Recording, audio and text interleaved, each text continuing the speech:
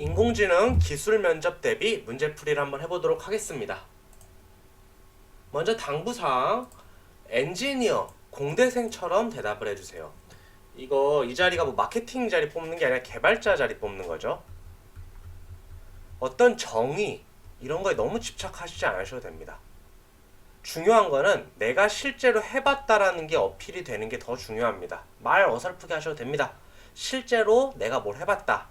경험에 기인을 해서 말씀을 해주시는 게 더 좋습니다. 그리고 모르는 건 모른다고 솔직히 말씀해 주시는 게 더 좋습니다. 뭐 진실성 이런 얘기 하는 게 아니라요. 오히려 그래야지 더 신뢰도가 올라갈 수 있습니다. 실제로 인공지능 전문가들도 쓰는 기법은 한정돼 있습니다. 그런데 모든 기법을 다 쓴 것처럼 얘기하면은 잘 대답한다고 해도 그게 그렇게 신뢰가 가지 않습니다. 나 이거는 못 해봤습니다. 대신에 이거 해봤습니다. 이거는 사실 잘 모르겠습니다. 이게 더 신뢰도가 가 보입니다. 그래서 머신러닝 자체적으로 데이터의 특징을 찾아 분류 회귀하는 기법으로서 인공지능하고 같은 말이라고 말씀을 드렸습니다. 부탁이니까 강인공지능 이런 얘기 하지 마세요. 이런 건 이론도 현재 존재하지도 않는 겁니다. 이런 얘기는 하지 마세요. 그 다음에 그래서 사용한 기법이 뭐냐? 프로젝트 같은 것을 이렇게 언급을 해주시면 됩니다. 뭐 여담인데 그 인공지능이란 단어보다는 머신러닝이란 단어를 훨씬 더 자주 씁니다. 인공지능은 외부로 이렇게 보여줄 때 쓰는 단어지 보통 이제 실무에서는 머신러닝 이렇게 합니다. 그래서 요거는 좀 교과서적인 질문인데 뭐 지도학습과 비지도학습의 차이점은 이런 질문이 들어옵니다. 지도학습, 슈퍼바이즈 러닝 같은 경우에는 타겟과 라벨을 내가 지정해줘야 됩니다. 그래서 우리가 그동안 대다수의 시간을 썼던 게 요거죠. 이런 것들이 지도학습에 들어가고요. 비지도학습, unsupervised learning. 우리 이거 두 개밖에 안 배웠어요. 클러스터링이라고 사실상 같은 말입니다. 그래서 비지도학습 이렇게 얘기 안 합니다. 보통 클러스터링 이러는데 K-means 계층 클러스터링 했고요. 실제로 대다수는 K-means 정도만 대답하셔도 됩니다. 서포트 벡터 머신에 대한 질문이 또 들어올 수 있습니다. 요거 서포트 벡터 머신은요, 뭐 자주 쓰고 안 쓰고를 떠나서 가장 인공지능에 뭔가 철학에 적합한 것이고 수학적으로도 많이 설명이 되기 때문에 요거의 면접 문제에서 좀 많이 나옵니다. 그래서 마진을 최대화하는 직선이 서포트 벡터고, 그 서포트 벡터 머신은 분류기와 회귀 모두 존재합니다. 요거는 뭐 면접에 나올 리는 없는데요. 좀 잘 모르시는 분들이 있어서 서포트 벡터 머신은 사실 서포트 벡터 클래시파이어, 서포트 벡터 리그레서 이렇게 두 가지가 존재합니다. 물론 사람들 99.99% 이걸 쓰기 때문에 이거는 모르는 사람이 대다수입니다. 근데 혹시나 이런 걸로 괜히 시비 거는 사람들이 있는데 이런 거 알아두시면 좋습니다. 그래서 하이퍼 파라미터 뭐 C 값을 이용했었죠. 그래서 C 값 조정해서 우리 하는 거 했었습니다. 그래서 커널, 리니어, 폴리, RBF 있었습니다. 리니어는 그냥 선 긋는 거, 폴리는 이렇게 그래서 비선형 이렇게 곡선이어서 비선형 대체할 수 있고 RBF는 이 확률 서로 이렇게 확률로 했었습니다. 그래서 이런 거 얘기할 때 서포트 벡터 머신이 뭐냐 했을 때 뭐 이게 마진을 최소화한 직선이 서포트 벡터 머신인데요. 여기서 뭐 서포트 벡터 클래시파이어를 많이 씁니다. 그래서 뭐 하이퍼 파라미터 좀 조정을 해서 쓰기도 하고요. 그래서 커널을 사용하는데요. 리니어, 폴리, RBF 이렇게 쓰게 됩니다. 그러면서 뭐 실제로는 RBF 거의 다 쓰는 것 같습니다. 뭐 이렇게 대답하시면 더 좋고요. 아니면은 이제 어떤 규칙이나 법칙 같은 거 알아낼 때는 리니어 쓰는 것 같습니다. 이렇게 언급을 해주면은 확실히 이해도가 다르다는 걸 알 수 있거든요. 그래서 뭐 이런 예제도 풀어봤고요. 혹은 이런 프로젝트에 좀 적용을 해봤습니다. 이런 거 좋습니다. 다음은 결정트리입니다. 결정트리 20곡이랑 똑같다고 했습니다. 그래서 이런 것도 언급해 주시면 좋습니다. 저 같은 경우는 개인적으로 결정트리 기법을 굉장히 좋아합니다. 오히려 딥러닝보다 더 좋아하기 때문에 뭐 이런 얘기 개인적으로 좀 선호하는 그런 겁니다. 이렇게 얘기해 주시면 좋습니다. 그래서 뭐 진위계수 1에서 긍정 비율 뭐 예를 들어 뭐 0.7이 동의한 거의 제곱 0. 나머지 0.3 반대 그러니까 라벨이 0, 1이었을 때 이런 거에 이것이 진위계수고 부모에서 자식 노드 진위계수 차이가 정보 개인이라고 했습니다. 그다음 이 정보 개인이 가장 큰 것으로 이 우리 질문이 이렇게 막 만들어지게 됐었죠. 그래서 이런 얘기를 좀 해주셔야 돼요. 그래서 이렇게 대답하면은 여기는 아까 말씀드린 이론적으로 대답한 겁니다. 어떻게? 과적합 걸리고 계산 속도 좀 걸리는 것 같아요. 좀 복잡해질 수 있는데 피처 임포턴스를 알 수 있어서 제가 좋아합니다. 뭐 이런 식으로. 그러니까 즉 그 결정에 대한 근거를 알 수 있어요. 딥러닝 같은 경우는 블랙박스죠. 그 결정의 근거를 웨이트들을 알 수는 있으나 실제로 이거를 뭐 몇만 개 되는데 이걸 어떻게 분석을 하고 있겠어요. 그러니까 이런 얘기를 좀 해주시면 좋습니다. 그래서 그 다음이 이제 랜덤 포레스트 항상 나오겠죠. 결정하다의 반대가 랜덤이죠. 트리가 확정된 게 포레스트입니다. 랜덤하게 샘플, 케이스들하고 그 특징들, 피처를 선택해서 트리를 반복합니다. 그 다음에 그 결과의 평균을 냅니다. 평균 내는 거 이렇게 결과들 모아놓고 평균 내는 걸 매깅이라고 한다고 했어요. 뭐 중요한 건 아닙니다. 그래서 아까 말씀드렸지만 결정 트리 같은 경우는 이렇게 질문으로 딱딱 나눠지는 게 기본적으로 과적합에 무조건 걸릴 수밖에 없어요. 그런데 이제 이렇게 평균을 해줌으로써 과적합을 막아주는 효과를 갖게 됩니다. 그래서 실제로 결정 트리를 어떤 프로젝트에 쓰지는 않습니다. 보통 랜덤 포레스트를 쓰기 때문에 요거에 관련돼서 나 이런 프로젝트 하는데 랜덤 포레스트 적용해봤다. 혹은 예제도 괜찮죠? 우리 강의에서 했던 예제 같은 거 언급해 주시면 좋습니다. 이런 예제 풀 때 랜덤 포레스트 적용해봤습니다. 이렇게 얘기할 수 있습니다. 다음은 요거는 뭐 면접에서 나올 일은 없습니다. 워낙 최신에 유행하는 기법이긴 해서 그런데 뭐 혹시나 아시면 좋을 것 같아서 뭐 아까 이렇게 대답할 수도 있겠죠. 뭐 랜덤 포레스트 대신에 뭐 XG 부스트로 실제로 뭘 해봤습니다. 이런 거. 랜덤하게 피처와 샘플을 선택해서 트리 진행해요. 똑같습니다. 그 다음에 같은 방향으로 트리 진행하는데 그때 들어가는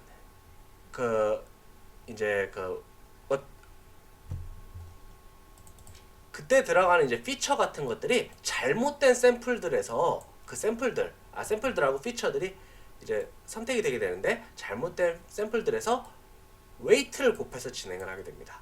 아까처럼 이렇게 쌓아놓고 결과들 나온 거 그걸 평균하는 거 우리 배깅이라고 배깅이라고 한다고 했어요.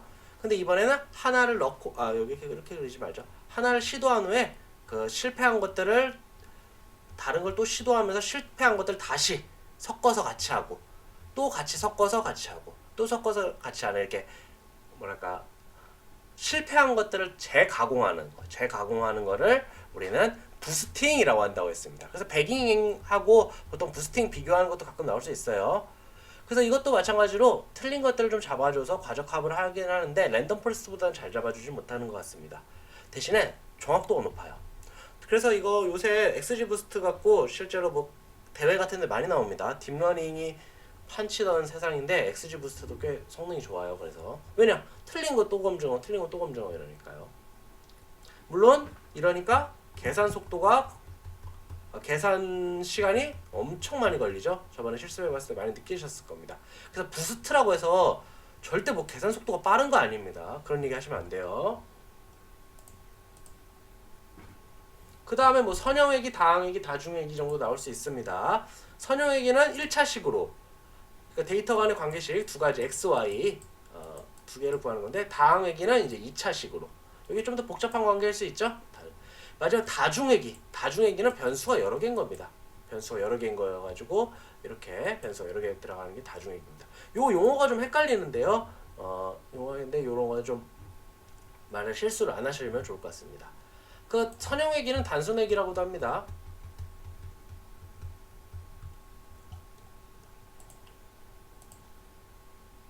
그 다음 뭐 상관계수란 데이터 간의 상관관계에 얼마나 관련인지를 마이너스 1과 1 사이로 나타내는 거고 공분산을 데이터의 표준 편차로 표준한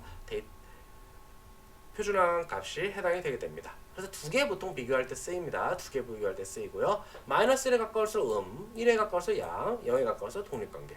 독립관계 서로 영향을 주지 않는 거죠. 그래서 요거는 근데 사람마다 의견이 달라요. 그래서 제 의견이 맞는 건 아닌데 보통 공학에서는 0.8 이상, 사회과학에서는 0.6 이상. 보통 이게 0.2 아래면 서로 독립이다. 근데 이것도 가치가 있는 겁니다. 서로 연관이 없다. 이거 밝혀내는 것도 가치가 있는 연구입니다. 중요한 겁니다. 이거는 뭐 이것도 마찬가지로 그 면접에 나오지는 않는데 요거는 여러분들이 앞으로 생활할 때 실수하지 말라고. 상관계수는 인과관계를 보장하지 않습니다. 절대 보장하지 않습니다.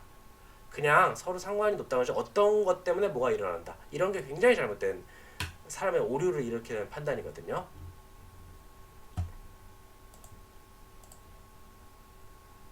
그 다음에 요거는 제가 인기는 없는 문제인데 제가 좀 좋아하는 문제여가지고 제가 내는데 반응은 항상 안 좋습니다. 상관계수와 선형회기의 기울기간의 관계 구하라 그러면은 데이터 노멀라이제이션 그러니까 마이너스 1에서 1 사이로 표준화시킨 상태에서 그때의 선형회기의 기울기가 상관계수와 같습니다. 식이 똑같아져요. 그래서 이제 회기 아까 다중회기 나왔습니다. 그러면서 다중회기에선 규제가 필요해요. 왜냐면 이거 막 계속 늘어나면 끝도 없거든요. 이게 과적합되는 거니까. 라쏘 회기 L1 규제라고도 하고요. 웨이트들의 절대값을 특정값 이하로. 리츠 회기 L2 가중치의 제곱의 합을 특정값 이하로 맞춰주게 됩니다. 여기서 아까 말씀드렸듯이 이론에 빠지지 말라는 말씀을 드립니다. 이제 이렇게 하면은 뭐 라쏘 회기는 어떨 때 좋고 리츠 회기는 어떨 때 좋다 이렇게 얘기를 할 수도 있지만 저 같은 경우에는 실제로 그런 현상을 보지를 못했습니다. 실제로 이론적으로는 이게 더 좋아야 되는데 리치가 더 잘 나오고 뭐 이런 경우 많거든요. 그래서 이럴 때 솔직하게 대답하세요. 그래서 어떤 회기를 뭐 더 좋아하냐 그랬을 때는 저는 그냥 둘 다 어차피 코드 비슷하니까 즉 해봤다는 걸 어필할 수 있죠. 코드 비슷하니까 두 개 다 해놓고 정확도도 높은 거 씁니다. 이렇게 대답하시는 게 훨씬 더 신뢰도가 갑니다. 뭐 라쏘 회기는 이럴 때 좋고 리치는 더 이럴 때 좋습니다. 이거는요 반론의 여지가 너무 많아요. 데이터마다 다 다른 거고요. 그래서 절대 그렇게 얘기를 못합니다. 물론 그것도 그 가끔 연구 결과에서도 이게 문제가 뭐냐면 데이터 나온 걸 갖고 이렇게 끼워 맞추는 경우가 많습니다. 그 다음에 이것도 기본적인 트레인, 테스트, 밸리데이션 데이터셋. 그래서 트레이닝 데이터는 모델 훈련할 때 쓰는 거. 그 다음에 테스트는 모델 테스트할 때 쓰는 거죠. 그런데 이제 이거 테스트 데이터가 무조건 높아야 된다고 말씀을 드렸어요. 그러다 보니까 여기에 맞추다 보면 여기에 또 과적합되는 거가 있기 때문에 밸리데이션 이런 거 한 번 더 해주기도 한다고 했습니다. 의무는 아닙니다. 이거 두 개로 끝내는 경우도 많아요. 그래서 마찬가지로 또 이론에 빠지지 말라고 하는 게 이거 세 개 무조건 해야 되는 분 줄 아는 사람들이 많은데요. 아닙니다. 여기서 끝내는 경우도 많아요. 그래서 밸리데이션 같은 경우는 모델 검증에 쓰이고 트레인 데이터에서 10% 20% 이런 거 했을 때도 더 어필을 하세요. 저는 뭐 제 경험상에서는 뭐 5% 쓰는 게 제일 나은 것 같아요. 이런 거 있잖아요. 그렇죠? 이거 그냥 책엔 안 나오는 내 경험에 기인한 그런 것들이 좋습니다. 이런 것도 의견을 한번 자기 의견을 어필을 해보세요. 15% 쓰면 안 되나요? 돼요. 그 다음에 요거 사이키런, 텐서플로우. 사이키런은 머신러닝 라이브러리, 텐서플로우는 딥러닝에 특화된 라이브러리입니다. 자꾸 이렇게 설명드리면 마치 딥러닝이 머신러닝 아닌 줄 아시는 분들인데 아니에요. 얘가 얘에 포함되는 겁니다. 제가 제일 답답한 질문 중에 하나가 저는 머신러닝 공부하기 싫고 딥러닝 공부하고 싶어요. 이런 질문을 좀 봤는데 말이 되게 이상한 질문입니다. 하이퍼 파라미터 인간이 직접 설정해야 되며 모델에 영향을 주는 변수입니다. 이거는 뭐 빅데이터 기사에서 나온 문제로 알고 있는데 서포트 벡터 머신의 C 값, KNN의 K 값, DNN의 레이어 수, 노드 수, 에폭스 뭐 이런 것들은 다 하이퍼 파라미터입니다. 인간이 결정을 해줘야 돼요. 다음 딥러닝에서의 손실함수입니다. 사실 손실함수는 경제학에서도 쓰이고 수학에서도 쓰이고 뭐 에너지 분야에서도 많이 쓰이는 거라서 꼭 이렇게는 얘기 말씀 못 드리는데 딥러닝에 한해서만 말씀을 드리면 정답과 예측값 사이의 관계함수입니다. 이진 분류 0, 1로 나누는 건데 민스퀘어 에러나 바이너리 크로스 엔트로피를 쓴다고 했습니다. 요것도 내가 볼 때 이게 더 좋다 이게 좋다 자연스럽게 얘기하세요. 뭐가 좋다고 절대 얘기할 수 없습니다. 다중 분류 경우는 스파르스 카테고리컬 크로스 엔트로피 쓴다고 했어요. 회귀 같은 경우에는 사실상 손실함수라는 게 그 값 자체가 중요하기 때문에 저 같은 경우에는 MSE를 씁니다. 어떤 분은 MAE를 쓰기도 합니다. 앱솔루트 쓰는데 이건 미분이 안 되기 때문에 좀 적합하지는 않습니다. 그 다음에 활성화 함수 딥러닝에서 물론 이거 활성화 함수는 다시 한번 여러 분야에 나와요. 입력값과 가중치의 곱을 출력값으로 바꿔주는 함수라고 했어요. 음익충에서 레릴로 씁니다. 레릴로. 그 다음에 이진 분류 출력 중에서 시그모이드, 다중 분류에서 소프트맥스 이런 건 알아두시면 좋아요. 회계에서는 필요 없고요. RNN과 LSTM의 그 입력층에서는 하이퍼볼릭 탄젠트를 쓰게 됩니다. 요거는 뭐 굳이 뭐 대답하실 필요는 없습니다. 최적화 기법. 손실함수가 최적점을 찾는데 지나치게 오랜 시간이 걸릴 수 있어요. 또는 못 찾을 수도 있습니다. 안장점 문제라고 하죠. 세들링 포인트 프로블럼이라고 합니다. 요거 안장점이라는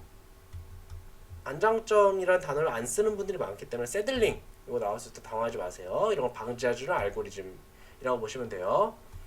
그래서 모멘텀 경사광법의 전진 속도를 증가시키고요. 어댑티브 그라디언트 디센트는 급한 경사에서 느린 속도, 원만한 경사에서 빠른 속도를 해줘서 최적점을 찾는 데 도와주고요. 이거의 약간 진화된 버전입니다. 현재 기울기와 과거 기울 정보 사이에서 가중치를 둡니다. 현재 걸 더 중요시할 거냐, 아니면 과거 걸 좀 더 중요시할 거냐, 이런 거에서 요거의 진화된 버전입니다. 가중치를 둘 수 있어요. 이거 업데이트라고 합니다. 업데이트 변수라고 하고요. 그래서 요거 이름 합친 거 아담 ADA하고 모멘텀을 합친 게 아담이라고 해서 모멘텀과 어댑티브 그라디언트 디센트를 합친 명칭이라고 하면 됩니다. 물론 이건 정확히 말해서 RMS 프로비긴 해요. 이때도 여기도 기본적으로 업데이트를 쓰긴 합니다. 근데 이제 이름이 그렇다는 겁니다. 그래서 실제로 쓰이는 거는 RMS 프로비나 아담을 씁니다. 이런 얘기 해주세요. 난 이걸 좀 더 좋아한다. 아담을 좋아한다. 뭐 이렇게.